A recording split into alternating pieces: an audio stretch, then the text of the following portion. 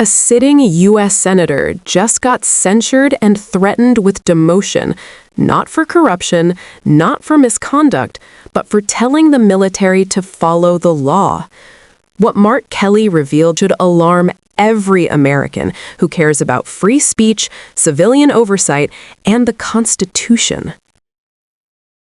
Thank you. Thanks for coming out here. Let me just say a couple things up front. So in November, mid-November, myself and 5 colleagues, we did a video saying something pretty basic. You don't follow illegal orders. Means to follow the law. It's in the Uniform Code of Military Justice. Donald Trump didn't like it, said we should be hanged, executed. When I guess that didn't work out, for me personally, prosecuted under the Uniform Code of Military Justice. So then yesterday, I received this letter that censures me and threatens to reduce me in rank after 25 years in the United States Navy, flying 39 combat missions, 4 times in space, decades in service, threatening to reduce my rank, so demote me because of something I said, something that was clearly lawful. Also something, by the way, that Secretary Hegseth has said on multiple occasions back in 2016. So this is certainly the height of hypocrisy. I think it's also important to point out that in this letter, where you might have thought it was just about the video, we find out it's not just about the video that we made. This is also about other things I've said. Like, they think I don't have the right to criticize them when they fire admirals and generals. It is specifically in here on the first page. And to say that they have surrounded themselves with a bunch of yes men, I think that's a fact, especially in the White House. So this is over an extended period of time that they want to make it perfectly clear that I am not allowed to say what I think. And that's dangerous. Every other retired service member, like me, or every veteran, every active duty service member, maybe every U.S. citizen is going to say, hey, if they can criticize and stop, a United States senator from doing his job in speaking out, what does that mean for the rest of us? So this is really concerning. We're going to, do what we can and, fight this with, every tool that we have. But this is what Secretary Hegseth did in sending this letter is an erosion of every U.S. citizen's First Amendment rights. But aren't you likely to lose this fight with the Secretary? Well, first of all, this is a letter he sent, goes in my record. We'll respond to that. I don't think I'm going to lose a, fight with him, but that's not the point. The point is that they're trying to shut me up, and that's not going to happen. So whether I win or lose this, that's not the consequential thing. The consequential thing is, do Americans still, speak out against this government? I view that not only as a right, but a responsibility, especially in my job on the Armed Services Committee. I have oversight responsibility for the Department of Defense. I sit on the Intelligence Committee. So whether I lose or win this fight, we're gonna fight this with everything we have, because I'm certainly in the right here. I said something that I believed, that was lawful, that was true. This White House's response is I should be executed. There are 5 other lawmakers who were on that video with you, but you were the only one who has been targeted like this so far from Secretary Hegseth. Do you think that the same treatment is coming for your fellow lawmakers? Why do you think you've been singled out?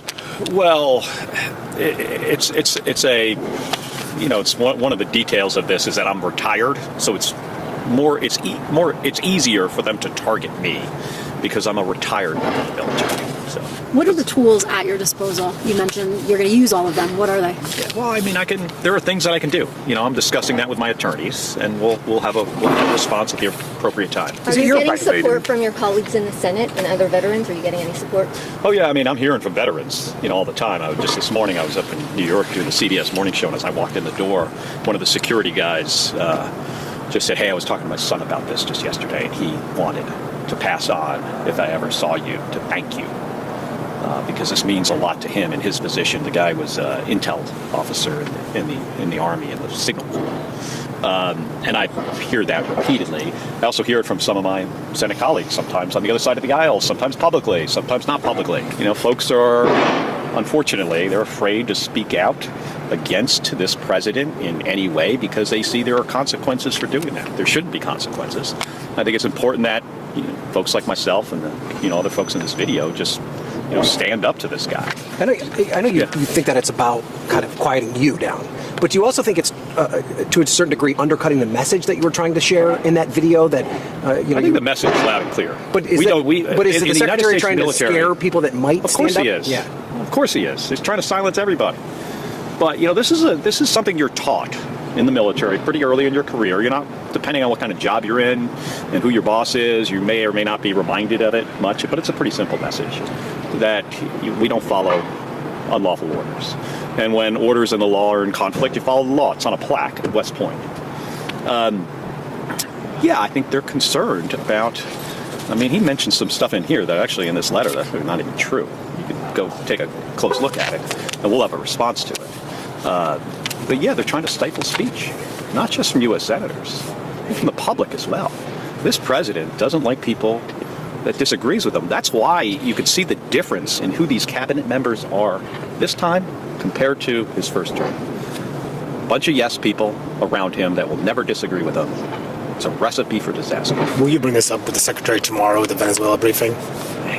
Those briefings, whether or not you get to bring something up, depends on how early you get there, so it often depends on my schedule. We'll have 100 senators in the room, and as you might realize, they'll spend a lot of time up front to make sure there isn't a lot of time at the end for questions. So there's generally 5 or 6 people, so it's going to depend on my schedule. But I will probably with him bring up something that is connected to the brief we're having on Venezuela. When do you expect your response? What's that? When do you expect your response? My response on this, publicly? Public response? I don't know, probably in the next few days. Is it your impression the Secretary has the final call on this, or is it an independent board? How does this process work? Well, first of all, if there is a process, I'm pretty confident that this Secretary of Defense, they're not going to follow it, so it doesn't matter. So I really have no idea. That would be a good question for you to ask him. Well, can you take it to court? Can you actually take it to... Maybe. Sure. We'll see. Has the Secretary ever spoken to you personally prior to doing all of this? Has there been any? Well, at the committee hearing, I asked him some very pointed questions when his confirmation hearing about his background and his lack of qualification for this job. I spoke to him one other time, I think, in a hearing before that video came out, and then I just spoke to him the last time we had a hearing in the skiff where I was asking him questions about the Venezuelan boat strikes, and then he decided to bring this up. Your Republican he was a little sensitive about the subject.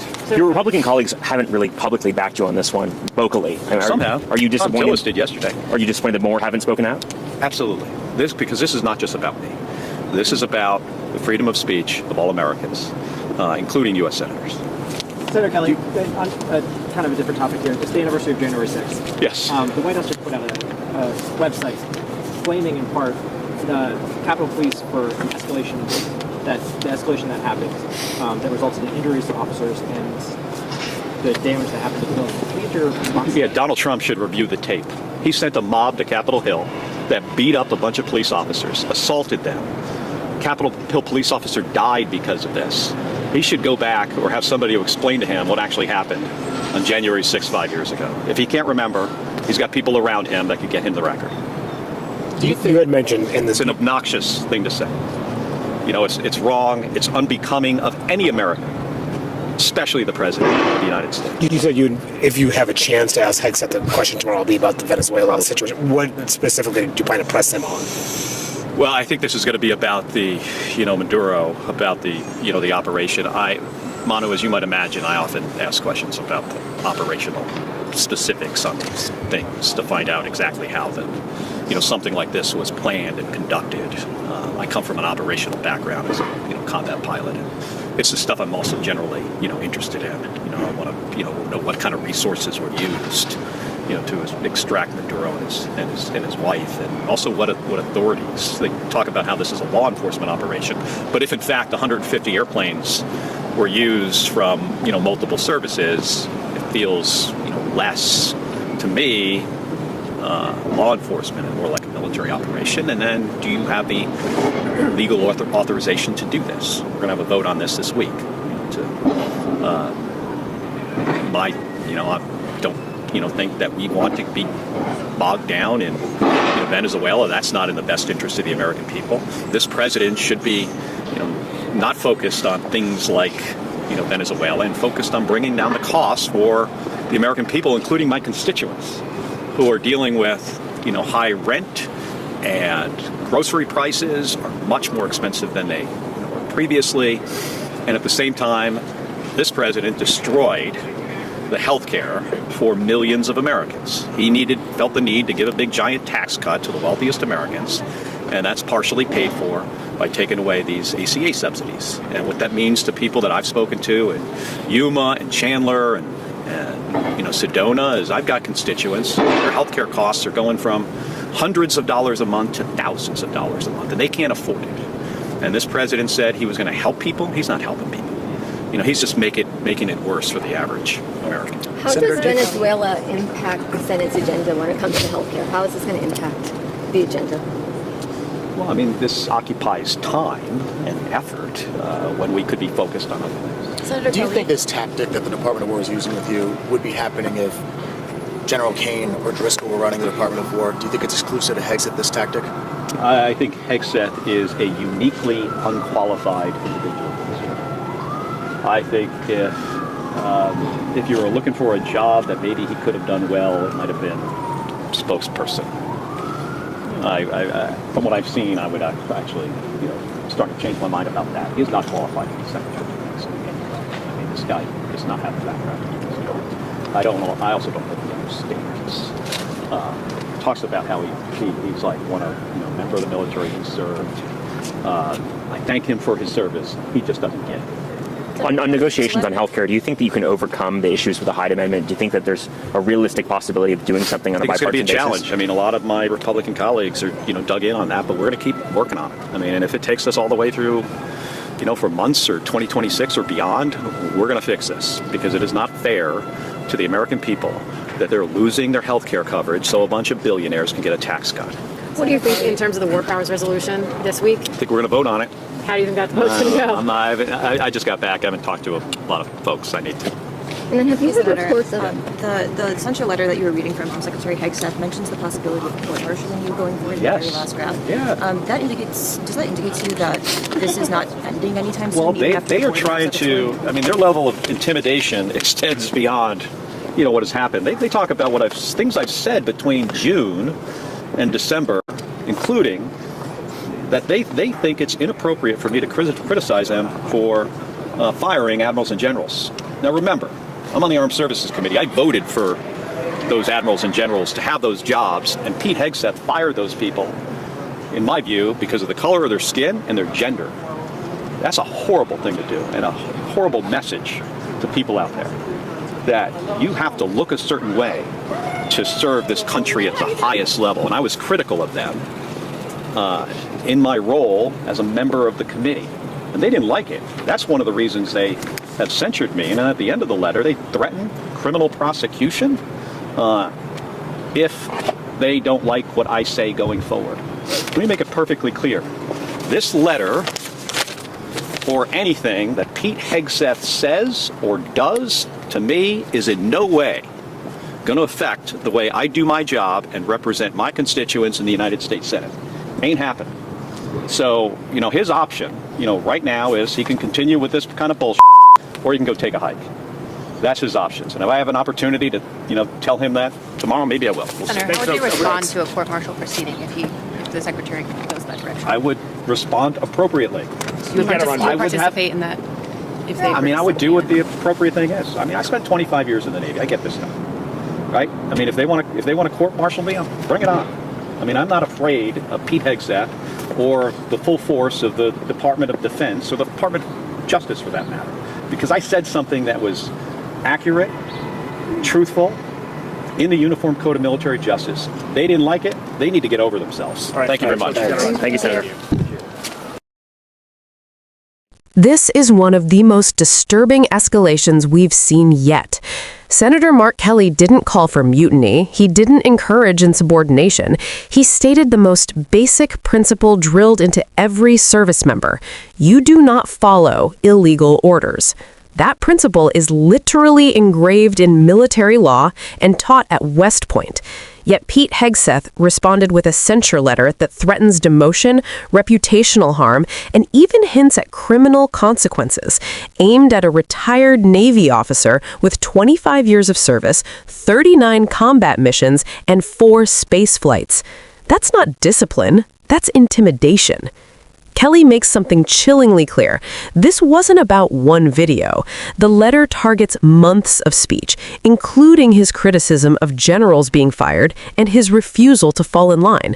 In other words, the message is simple. Criticize us and we'll come after you.